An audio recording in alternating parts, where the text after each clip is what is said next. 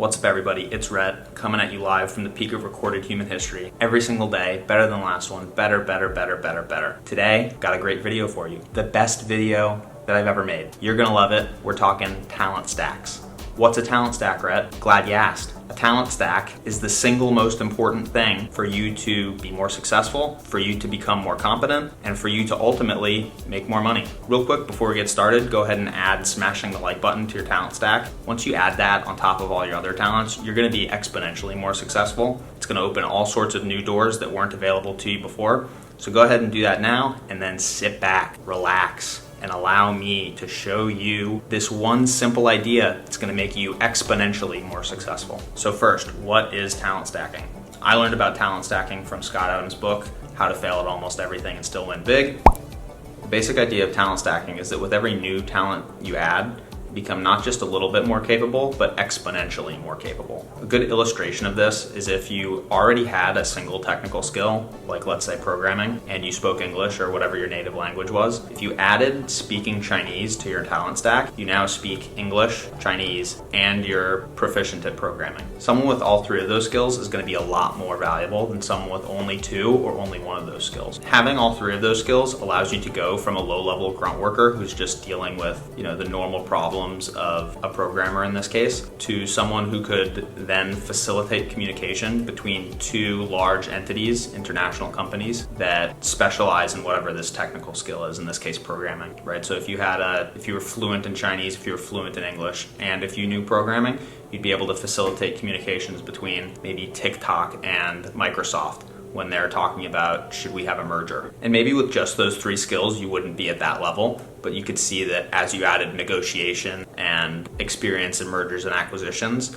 you'd become someone very valuable in a case like that, right? You'd need programming, English, Chinese, mergers and acquisitions, negotiation. The more and more skills you start to stack, the more and more valuable you become. So an example of my talent stack, I learned about programming in college, I learned about business, and business is sort of a banner category for all sorts of sub-talent stacks, right? There's marketing, accounting, finance and investing. You have to understand a little bit about math. You have to understand a little bit about modeling. So underneath that, if you understand all of those things, then you'll understand general business. I'm working on adding YouTube to my talent stack right now. YouTube is another one of these banner category talent stacks where you not only have to understand how to shoot and edit video, you also have to be able to organize your ideas in a thoughtful way that people can understand them. So that's writing and communication, but you also get experience public speaking. I think that's one of the big secrets of YouTube. YouTubers aren't just uploading these videos hoping that they get monetized and that they make all this money. Even if no one ever sees this video, the experience of me making this video and the next 100 videos that I make, that process over time, is gonna be incredibly valuable to me. It's gonna let me get free experience organizing my thoughts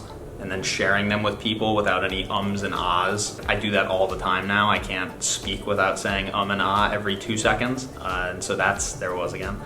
It's another skill that you're developing, right?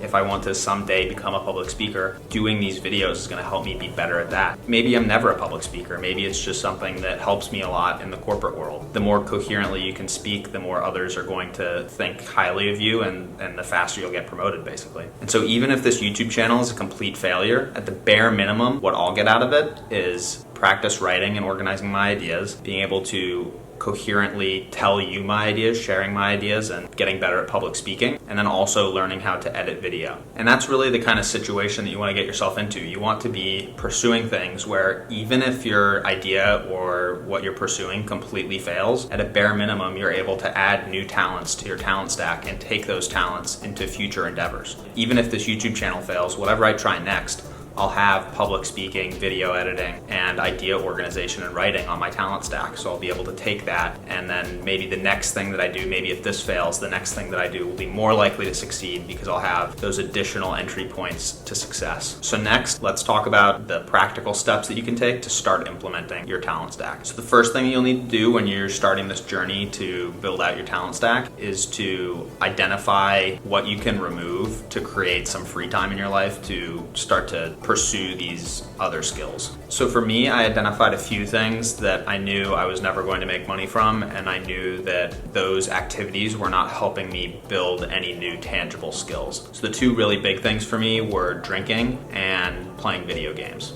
The biggest thing I did to free up my time was stop drinking. A few years ago, the number one thing that I would do every single weekend was go drinking with my friends.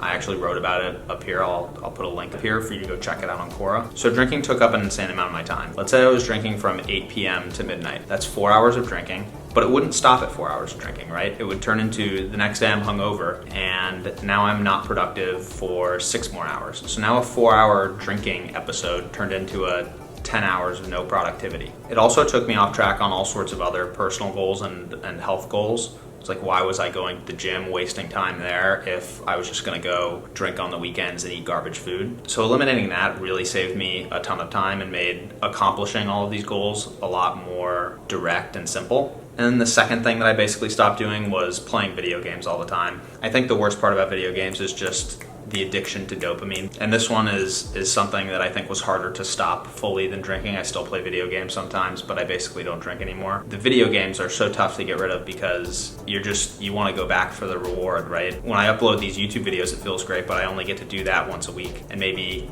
I should start doing that more. I think as you continue to build up meaningful projects and side things that you do for yourself, things like video games become less addictive because you're getting that dopamine from somewhere else. And then this is sort of a joke if any of my friends or family are watching, but not really a joke because it will help you. If you move somewhere, I recently moved to Houston, Texas, where I know no one. If you move somewhere where you know no one, people won't be able to just take up your time. You'll have a ton of free time because you don't know anybody. And that's, people might say, oh, it's lonely, whatever. But it's also insanely valuable. I get so much done here because no one's bothering me to go out for, ice cream or pancakes or whatever, right? You can just sit in your room and get some work done. So maybe not a good long-term strategy. You should definitely have friends, but if you're trying to get some big project done, go move somewhere you don't know anybody, you're gonna have a lot less distractions. So I think once you've eliminated your biggest distractions, the next step is gonna be implementing some sort of framework that you can use to check off to-do list items and complete larger projects.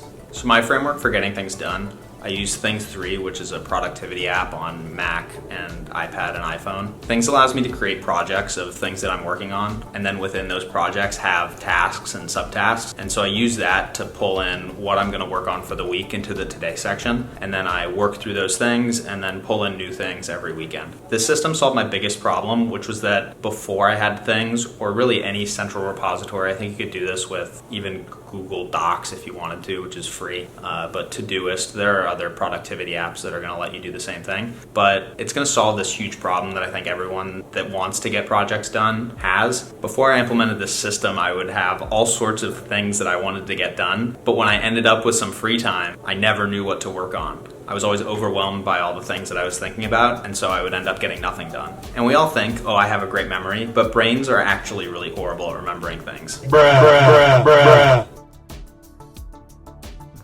What they're good at is thinking and doing creative work and executing tasks. Computers, on the other hand, are perfect at remembering things, but they're not so creative. So use your computer to remember things, put all your ideas into the computer, and then come back later, have your task list, and start executing the tasks. Putting this system in place was really the difference for me between getting absolutely nothing done and getting quite a few things done. Quarantine has been unbelievably productive. I've finished several classes. I've read a lot of books. Really having this productivity system has allowed me to succeed where previously I had just been a complete failure. I was never able to get things done until I created this system. So once you've freed up your time from some of those unproductive tasks and have created some sort of system for getting things done, now you're ready to start identifying, okay, what talents could I be adding to my talent stack that are gonna make me, exponentially more valuable? There's really two big categories of skills that I look at when I'm thinking about learning something new.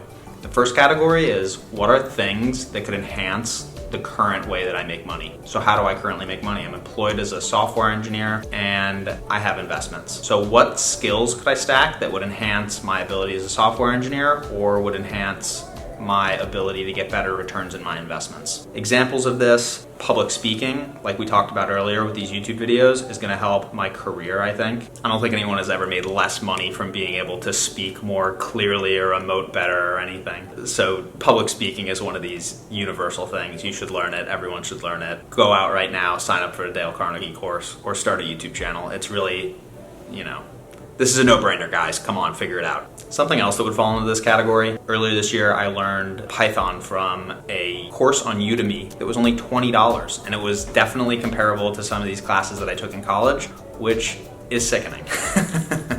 Why did I pay all that money and incur all this student debt to go to college to learn these things when I could have been learning them for $20 on the internet? Do yourself a favor, go online, learn Python. It's going to make you way more valuable. Even if you're not a software engineer, it's very accessible for people that are new to programming. I can't recommend this course enough. I'm not affiliated in any way, I just really liked it. So go ahead, I'll link below this Udemy course. It was really great. If you don't have 20 bucks, save up 20 bucks and do this. It's really gonna help you. And then the third thing on the investing side, I read a book, A Random Walk Down Wall Street, which taught me a lot about asset allocation and the way that portfolio managers look at some of these risk-reward things when it comes to investments. Another great book there. And how expensive are books? Great resource relative to what you could be paying for these fancy educations. Oh, I'm gonna get an MBA and spend $50,000. Actually, just go read this book, it's 10 bucks. So things like that, really a lot of deep content out there that's very cheap. So that's all sorts of things that will enhance the current way that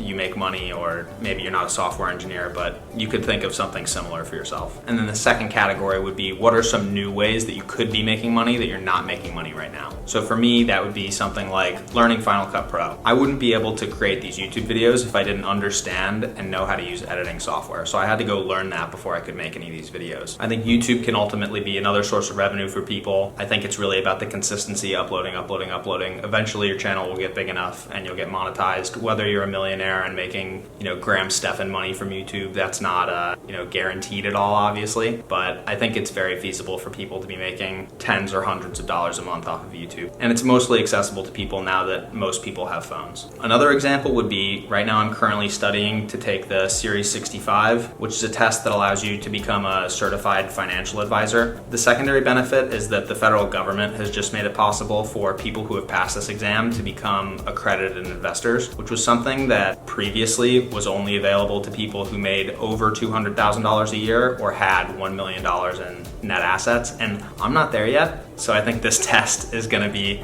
the fastest way for me to become an accredited investor. I read a book a few years ago, Angel by Jason Calacanis, which really made me believe in angel investing as an alternative way to retire, basically. I think a lot of people in the workforce are solely focused on how can I get my 401k and my IRA, these retirement accounts, big enough so that I can retire at the end of my career, when I think a lot of people could be focused on how do I put some money towards that lower risk investment and then also take some money and put it aside to these ultra high risk investments, but you only have to get one of those right? If you invest in Uber before it goes public, that's it. You hit that one and you're good to go. You hit one unicorn in the angel investing game and you're ready to retire. So that's something that I've been trying to do for a while, and this Series 65 exam is gonna get me there a lot faster than I would have been able to get there before. And then another thing we talked about before, this idea of learning a new language. Learning Chinese is going to double the number of people basically that you can speak to in the world, and it's going to, I think, increase your business opportunities and success in that same way, in that same exponential nonlinear way. There's just so many more opportunities that you can do when you're fluent in multiple languages like that. And so that's something that I'm not immediately working towards right now, but I think in the next 5 years I'd certainly be interested in learning more about, and I intend to learn more about. If you're having a hard time coming up with new skills to target, I have the way that I come up with unique ideas. I made a video about it recently and I'll put the link to it somewhere up here. I'm not sure if it's this corner or that corner, but it will be up there somewhere. Hopefully that video will show you a tangible way, something that you can do right now that will allow you to come up with multiple ideas for the future. It's basically a system for how I've been able to think of new ideas and come up with new ideas. And I think a lot of other YouTubers implement it as well. Basically, at the end of the day, it just comes down to reading a lot. Reading is, I don't need to tell you how valuable reading is. Reading is very, very valuable. And then also just curating what you consume. Consuming high quality information is going to give you new perspectives, new ideas. And when you mix that with just your everyday life and your experiences, you're going to come up with something that is relatively unique, and then just follow your own interests, basically.